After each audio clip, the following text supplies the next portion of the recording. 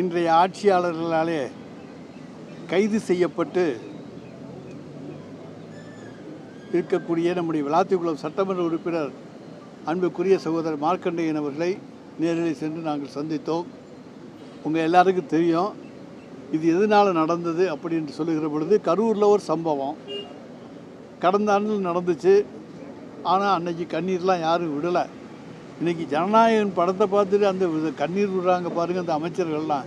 அதில் எந்த அமைச்சருடைய கண்ணிலையும் அன்றைக்கி எந்த கண்ணீர் துளியில் அவங்க அமைச்சர்களாக இல்லையான்னு நமக்கு தெரியாது. ஆனால் இந்த படத்தில் ஏதோ ஒரு 4-5 அமைச்சர்கள் நடிச்சிருக்காங்கன்னு சொன்னாங்க.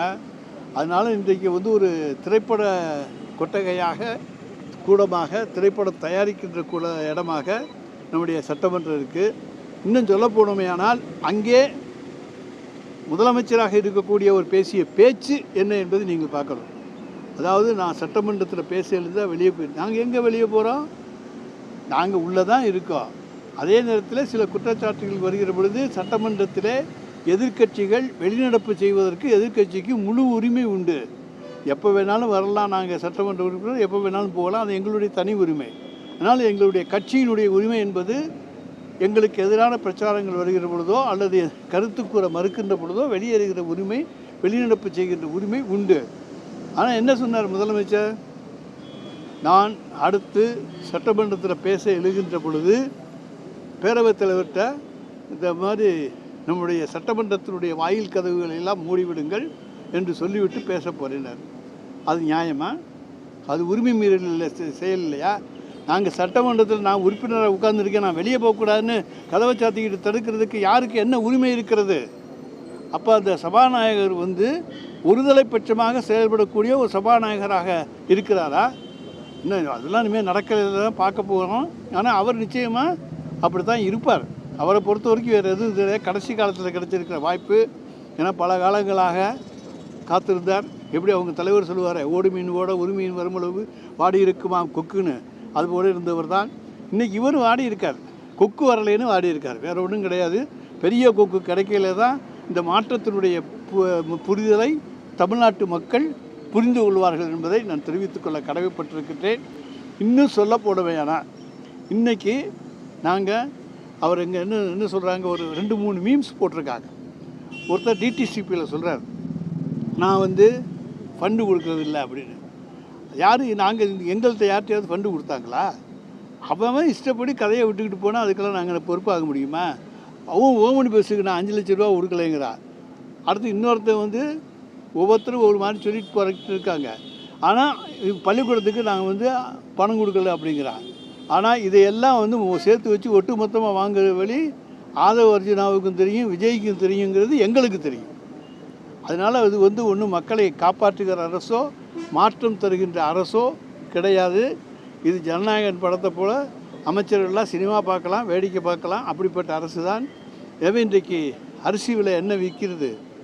தமிழ்நாட்டு மக்கள்லாம் தத்தளிக்கிறாங்க, கெஞ்சுறாங்க. எங்கள்கிட்ட கேட்டாங்க, சொன்னோம் மாற்றம் வேணும்னு கேட்டிங்களாம்மா, மாறிடுச்சு. அரிசி விலை உயர்வது அது ஒரு மாற்றம். ஒருத்தர் மின்சார கட்டணத்தை கொண்டு எனக்கு முன்னாடியெல்லாம் 2500 ரூபா வந்துச்சு, இப்போ 5000 ரூபா வருதுன்னார், டபுள் மடங்கு. இதாயா மாற்றம்? இந்த மாற்றத்தை தானேயா கேட்டீங்க, வந்திருக்கு, அனுபவிங்க அப்படின்னு சொல்லியிருக்கோம். இப்படி ஒவ்வொரு துறைதோறும் இன்றைக்கு மக்கள் மாற்றங்களை சந்தித்து கொண்டிருக்கிறார்கள் என்று சொன்னால் எதிர்மறை மாற்றங்களை தந்து கொண்டிருக்கிற ஆட்சியாகத்தான் இன்றைய தாவேக்கா ஆட்சி இருக்கிறது என்பதை தெரிவித்துக் கொள்கிறோம். இன்னொன்று, அது எங்களை பொறுத்த வரைக்கும் அவங்க பிஜேபியினுடைய ஸ்லீப்பர் செல் தான். அதில் எந்த விதமான சந்தேகமும் கிடையாது. எப்போ அவங்க தட்டி விடுவாங்களோ அன்றைக்கி எந்திரிச்சுவாங்க, 10 நேரத்தில் படுத்துக்குவாங்க. அதனால் தமிழ்நாட்டு மக்களை பற்றி சிந்திப்பதற்கு அவர்களிலே யாருக்கும் நேரம் கிடையாது. அதனால் தமிழ்நாட்டு தான் இன்றைக்கி வஞ்சிக்கப்பட்டிருக்கிறத தவிர வேறு இல்லை. இப்போ பார்த்திங்கன்னா கோயில் பிரச்சனை, கரூரில் பார்த்தா 3000 ஏக்கர் போச்சுக்கிறான், பழனியில் பார்த்தா 100 கோடிங்கிறாங்க, இப்போ பார்த்தா காரைக்குடியில் 100 கோடிங்கிறாங்க. என்னையா ஒன்றுமே புரியலை. ஒரு டிஆர்ஓ ஒரு எக்ஸிக்யூட்டிவ் ஆஃபீஸர், செயல் அலுவலர், அந்த கோயிலுக்கு உண்டான நிர்வாக செயல் அலுவலர் இதை கோயிலுக்கு சொந்தமான நிலம், எனவே இதை பட்டா மாற்றம் செய்யக்கூடாது என்று சொல்லுகிற பொழுது இன்றைக்கி என்னென்ன வகையான கோல்மானெலாம் சட்டத்தில் பண்ண முடியுமோ ஒருத்தர் வர்றான். இங்கே இருக்கக்கூடிய ஒருத்தர் இப்போ அப்துல் வஹாப்னு வச்சுக்கோங்க, அவர் இன்னொரு பேரை சொல்லி ஒரு பத்திரத்தை பதிகிறாரு. அதை நான் ரகுபதி வாங்குகிறேன், ரகுபதிக்கிட்டேருந்து ஆவடி பண்ணாச்சு வாங்குறாரு. இப்படி சொந்தமே இல்லாமல் 3 பேர் வாங்கி 4வது இடத்துல போய் இவ்வளோ பத்திரமும் நாங்கள் பதிஞ்சு வச்சுருக்கோம், எங்களுக்கு அதை நீங்கள் கொடுங்கன்னு சொல்கிறாங்க. ஒரிஜினலில் ஒருத்தர் ட்ரஸ்டின்னு சொன்னால் அந்த ட்ரஸ்டின்னு இருக்கிறவர் நான் அதில் பண்ணவே இல்லைன்னு சொல்கிறாரு. இன்னும் சொல்ல போனமையானால் எந்த ட்ரஸ்டிக்கும் எக்ஸிக்யூட்டிவ் ஆஃபீஸர் வந்து அல்லது துணை ஆணையர் அனுமதி இல்லாமல் இடத்த விற்க அனுமதி கிடையாது. எனவே எல்லாத்துலேயும் ஊழல். இது இப்போ டிஆர்ஓ ஒரு 10 நாளைக்கு முன்னால் பண்ணியிருக்காருன்னா எந்த நடவடிக்கையும் கிடையாது. அந்த மக்கள் போராடினாலும் நடவடிக்கை கிடையாது. அதுதான் இந்த ஆட்சி. எனவே பத்திரப்பதிவுத்துறையில் எந்த இது பத்திரத்தை கொடுத்தாலும் பதிஞ்சுக்கிட்டு தானே இருக்காங்க. பதியாமல் எந்த பத்திரம் இருக்காங்கன்னு வந்து அங்கே அந்த துறையினுடைய அமைச்சர் சொல்ல முடியுமா? அதை போல் எல்லா வகையிலும் இன்றைக்கு கோயில் நிலங்கள் சூறையாடப்படுகிற ஆட்சியாக இந்த ஆட்சி இருக்கிறது. அது மட்டும்